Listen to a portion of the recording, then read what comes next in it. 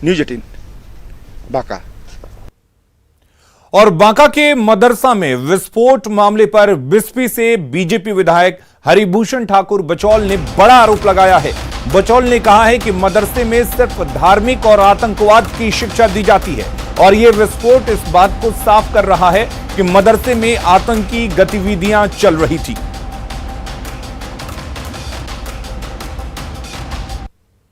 यह अब स्पष्ट हो गया है कि मदरसा में केवल धार्मिक और आतंकवाद की शिक्षा दी जाती है।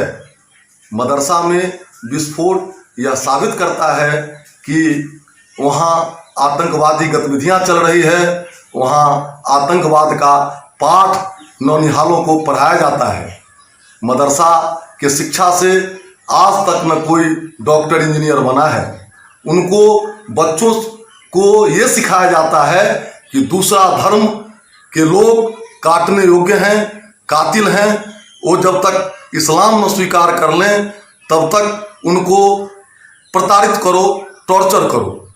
मैं बिहार सरकार से मांग करता हूं कि बिहार के सारे मदरसों की जांच हो और मदरसा बंद हो, क्योंकि मदरसा में आतंकवाद की शिक्षा दी जाती है, गैर मुस्लिमों के प्रति घृणा और नफरत पढ़ाया जाता है। और बिहार सरकार के अल्पसंख्यक कल्याण मंत्री जमा खान ने बीजेपी विधायक हरिभूषण ठाकुर बचौल के बयान को गलत बताया और कहा कि मदरसों में बच्चों की जिंदगी संवारी जाती है। मंत्री जमा खान ने कहा कि विधायक उनके भाई जैसे हैं और उनकी जुबान फिसल गई होगी। उन्होंने ये भी मांग किया है कि बिहार में जितने भी मदरसे और मस्जिद हैं उनकी जांच होनी चाहिए। जांच का विषय है, जांच मंदिर मस्जिद करे वो अलग बात है, लेकिन इसी मैं चैलेंज करूंगा, ऐसी कोई बात नहीं। जो उनके अंदर दिमाग में है या कोई गलत मैसेज डाल दिया है, ये सब अफवाह है, ऐसा कुछ नहीं है। मदरसा जांच करें, मस्जिद जांच करें, मंदिर जांच करें, लेकिन जो धर्म स्थली है वो अलग बात है। ये यहाँ पढ़ाई होती है, मदरसा जो है पढ़ाई के लिए, पढ़ने के बाद बच्चे वहाँ संवरता है, उसे निखार आती है। और देश के अंदर जहाँ भी मदरसा है, मैं जिस बात को चैलेंज करता हूँ, उस मदरसा ऐसा कुछ नहीं होता है। कुछ अपवाद जगह हुआ है तो अलग बात है, मैं ही गलत आदमी कहीं घुस गया, कोई नहीं जानकारी हुई, वो अलग बात है, लेकिन जान से कोई वहाँ नहीं रखता है, जान से ऐसा कोई पैदा वहाँ नहीं होता है। इस बात का मैं चैलेंज करता हूँ। लेकिन इस तरह का बयान देने का मतलब आपको क्या लगता है, क्या माहौल खराब हो सकता है इस तरह का बयान से? नहीं, माहौल नहीं, सब समझ रहा है। उनकी वो भी एक भाई हैं, बोल दिए होंगे, कह दिए होंगे, ऐसा वो भी सोचेंगे, मंथन करेंगे, उनको लगेगा मैं गलत बोला हूँ। ऐसा कोई बात नहीं, भाई है, कोई बड़ा भाई छोटा भाई कहीं गलत से ही हो जाता है, उसको कहीं ना कहीं आदमी को भूलना पड़ेगा। कोई बात नहीं, भाई है, उसको फिर वो बात तो संभाल लेंगे, मैं जानता हूँ। तो देखिए, बीजेपी विधायक ने गंभीर आरोप लगाया, लेकिन बिहार का अल्पसंख्यक कल्याण मंत्री, चूंकि सरकार में मंत्री भी है, इनको कई तरह की बातें देखना है। उन्होंने बहुत नपे तुले शब्दों में जवाब दिया है अपने बीजेपी विधायक का आरोप का। लेकिन इतना जरूर करते हैं कि अगर किसी को शंका है तो जहां जांच कराना कराए, लेकिन धार्मिक स्थल ही होता है, वहां पे बच्चों को शिक्षा दी जाती है। जाहिर सी बात है, अल्पसंख्यक कल्याण मंत्री ने बहुत बचा के इस पूरे मामले पर जवाब दिया। कैमरामैन सुबोध के साथ आनंद अमृतराज, न्यूज 18 नेटवर्क, पटना। और इधर जीतन राम मांझी की पार्टी हम के प्रवक्ता ने बांका मदरसा विस्फोट मामले में बड़ा बयान दिया है और कहा है कि बीजेपी के कुछ नेता सरकार को अस्थिर करने की कोशिश में हैं और सरकार के खिलाफ बयानबाजी कर विपक्ष को मौका दे रहे हैं। दानिश रिजवान ने मांग की है कि एनडीए में कोऑर्डिनेशन कमेटी बने, नहीं तो हालात और खराब हो सकते हैं। देखिए, भारतीय जनता पार्टी के कुछ नेता लगातार अपनी बयानबाजी से सरकार को अस्थिर करने की कोशिश कर रहे हैं। ये नेता सरकार के खिलाफ बयानबाजी कर करके लगातार विपक्ष को सरकार के खिलाफ बोलने का मौका दे रहे हैं। इसलिए हिंदुस्तानी आवाम मोर्चा एनडीए के शीर्ष नेतृत्व से मांग करती है कि बिहार सरकार के ऐसे बयानबाजी के खिलाफ अब बिहार में एनडीए कोऑर्डिनेशन कमेटी बनानी जरूरी है, नहीं तो स्थिति और भयावह हो जाएगी। तो बिल्कुल इस पर सियासत भी शुरू हो चुकी है। हमारे साथ हमारे सहयोगी आनंद अमृतराज इस वक्त जुड़े हुए हैं। आनंद, बांका में नौटोलिया मदरसे में धमाके के बाद से सियासत शुरू हो चुकी है। धमाका बांका में हुआ, लेकिन सियासी धमाका बिहार की राजधानी पटना में हो रहा है। बिचौल जिस तरीके से बयान दे रहे हैं, क्या उस बयान के साथ उनकी पार्टी खड़ी है? और क्या माना जाए, जिस तरीके से हम की तरफ से कुछ और बयान आ रहा है, तो एनडीए में ही एक तरह से देखा जाए तो इस पूरे मसले को लेकर मतभेद है।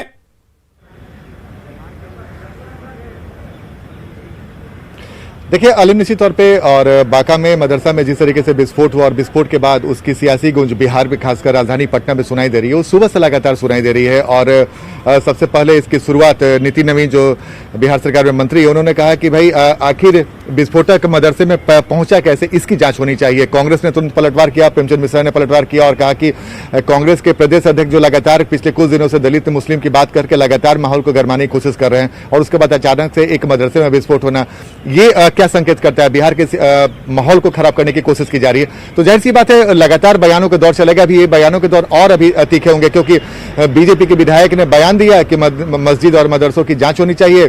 जेडीयू के में से खालिद अनवर उन्होंने कहा कि ऐसे लोगों के बयान से उनके जो शीर्ष नेतृत्व है वो क्या इत्तेफाक रखते हैं, ये जानना बेहद जरूरी है। तो जाहिर सी बात है बिहार में एनडीए की सरकार है, बीजेपी जेडीयू हम सारे लोग मिलकर यहाँ पे सरकार चला रहे हैं और आपस में ही जिस तरीके से विस्फोट के बाद बयानबाजी का जो दौर चल रहा है वो अच्छे संकेत नहीं है। क्योंकि अगर विरोधी पार्टी सवाल खड़े करती तो समझ में आता, लेकिन सत्ताधारी दल के अंदर से ये सवाल उठ रहा है कि मदरसे में जो विस्फोट हुआ उसकी जांच कराई जानी चाहिए और उसकी भूमिका की जांच होनी चाहिए। देखिए अलीम, निश्चित तौर पे बिहार के सियासत में इस विस्फोट ने एक नई करवट लेते हुए दिखाई दे रही है, खासकर ये इस बात को लेकर कि बीजेपी के नेता कुछ दिन पहले से लगातार, आपको याद होगा पूर्णिया में दलित और मुस्लिमों के बीच में जो झड़प की बात हुई थी, उसके बाद से जो बिहार प्रदेश बीजेपी के अध्यक्ष संजय जायसवाल उन्होंने जिस तरीके से बयान दिया, कल ही आपको याद होगा कि जनक राम ने जो धर्म परिवर्तन का मामला उठाया था और इसके बाद बीजेपी के नेता जिस तरीके से एग्रेसिव मोड में है, उसी दौरान ये बांका में एक मदरसा में विस्फोट हो जाता है। तो बीजेपी के नेताओं को बड़ा मौका मिल गया है इस बहाने हमला बोलने का। और बिहार में आपको याद भी होगा कि बीजेपी की सियासत ही रही है ऐसी, जब भी कोई ऐसा मामला होता है और खासकर हरिभूषण ठाकुर बचौल जैसे नेता जो लगातार इस तरह का बयान देने के लिए जाने जाते हैं। अभी प्रतिक्रियाओं का दौर और भी आने वाला है क्योंकि कई सारे एमआईएम के विधायक ने भी हमसे संपर्क साधा था, वो भी इस पर बयान देना चाहते हैं। तो फिलहाल सियासी हलचल बहुत तेज है, खासकर विस्फोट के बाद। विस्फोट क्यों हुआ, इसके पीछे वजह क्या थी, ये तो जांच के बाद ही पता चल पाएगी। लेकिन मदरसे में विस्फोट के बाद जिस तरीके से बीजेपी नेताओं के बयान आने लगे हैं वो एक अलग ही संकेत देते हैं। और जेडीयू के नेता फिलहाल इस पूरे मामले पर बैकफुट की स्थिति में, फिलहाल बहुत कुछ बोलने की स्थिति में नहीं है। लेकिन फिलहाल जो तस्वीर दिख रही है वो यही है कि हमारे साथ गुलाम रसूल बलियावी हैं जो जेडीयू के वरिष्ठ नेता हैं अलीम, उन्हें भी हमने बुलाया है और उनसे भी ये जानना बेहद जरूरी है। बिल्कुल देखिए, और हमारे साथ गुलाम रसूल बलियावी जुड़ गए। हम कोशिश करेंगे बीजेपी के संजय पासवान को बुलाइए ना, वहाँ संजय पासवान होंगे अंदर। गुलाम जी, एक मदरसे में विस्फोट हो जाता है जिसको लेकर बिहार के सियासी हलके में काफी सरगर्मी देखी जा रही है। बीजेपी के विधायक ने आरोप लगा दिया है कि मंदिर और मस्जिद की भूमिका की जांच होनी चाहिए, वहाँ आतंकी गतिविधियां चलती है। जांच तो उन लोगों की भी भूमिका की होनी चाहिए जो समाज में अराजकता फैलाने का एक असफल प्रयास करते हैं। मस्जिद हो, मदरसा हो, गिरजा हो, गुरुद्वारा हो या कोई भी धार्मिक प्रतिष्ठान हो या जहां कहीं भी शिक्षक संस्थान हो, उन जगहों पर इस तरह के असामाजिक तत्वों ने अगर कहीं कोई ये गलत काम करने की कोशिश की है तो उनको बचना है नहीं। अब रहा ये कि इसको कुछ लोग राजनीतिक रूप देने की प्रयास और कोशिश जो कर रहे हैं, वो लोग शायद नहीं जानते कि मदरसों का इतिहास क्या है। लेकिन मदरसे में विस्फोट हो गया सर, इसी पर मौका मिल गया क्या कि आखिर मदरसा में विस्फोट, जिस लेवल पर विस्फोट हुआ उसी पर सवाल खड़े हो रहे हैं कि भाई मदरसा में विस्फोट की वजह क्या हो सकती है?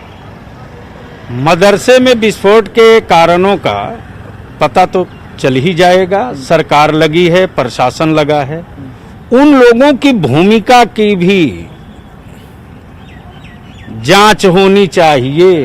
कहीं ऐसा तो नहीं कि चोर मचाए शोर। आपका इशारा किस पर है? मेरा इशारा नहीं, मैं तो खुली हुई किताब हूं। जिन मदरसों से देश की आजादी की लड़ाई की बुनियाद डाली गई हो, उन मदरसों पर अगर कुछ असामाजिक तत्वों ने हाथ डाला है तो उनके हाथ सलामत नहीं रहेंगे। कानून का हाथ बहुत मजबूत है, बिहार है। तो इसी पर तो बीजेपी के आनंद, गुलाम रसूल बलियावी ने सीधे सीधे ये कह दिया है कि जिन असामाजिक तत्वों ने मदरसे पर हाथ डाला है उनके हाथ सलामत नहीं रहेंगे क्योंकि कानून के हाथ लंबे होते हैं। लेकिन यह भी कह दिया है कहीं ना कहीं कि चोर मचाए शोर। अब इनके बयान का क्या मतलब है वो देखने वाली बात होगी। इधर बांका के नौटोलिया मदरसे में धमाके के बाद राजनीति भी तेज हो गई है। सत्ता पक्ष के साथ विपक्ष ने उच्च स्तरीय जांच की मांग की है। इस कारण से विस्फोट हुआ है क्योंकि वह पढ़ाई का जगह है, शिक्षा दीक्षा का जगह है। वहाँ यदि किसी कारणवश विस्फोट हुआ है या कोई साजिश करके विस्फोट करके बिहार को बदनाम करना चाहता है, इसकी उच्च स्तरीय जांच करके सही देख करके कार्रवाई की जाए। देखिए, निश्चित रूप से जिस चीज़ की मांग उन्होंने की है उसकी पूरी तरह से उच्च स्तरीय जांच की जाएगी। और सही कहा है उन्होंने कि इसी उच्च स्तरीय जांच होनी चाहिए कि आखिर मदरसा में इस प्रकार का इतने बड़े पैमाने पे विस्फोटक सामान कहाँ से आया। और मुझे तो लगता है कि आने वाले दिनों में इस तरह के जहाँ भी शंकाएं पैदा हों, निश्चित रूप से सरकार उस पर कड़ाई से देखिए, एक गंभीर घटना है और मैं समझता हूँ कि जो मदरसा 2-3 महीने से बंद पड़ा था, वहाँ कोई गतिविधि नहीं थी, तब इतना बड़ा विस्फोट होना, कई लोगों का घायल होना, वहाँ के इमाम की मौत हो जाना, ये कई प्रकार के सवाल को खड़ा करता है। तो कांग्रेस चाहती है कि इस पूरे मामले की निष्पक्ष जांच हो और जो इस घटना के जिम्मेदार हैं उनके ऊपर कार्रवाई हो। देखिए, बांका में जो नपटोलिया गांव है वो मदरसा नहीं था, वो एक मकतब है जो मस्जिद से सटे हुए मकतब चल रहा था।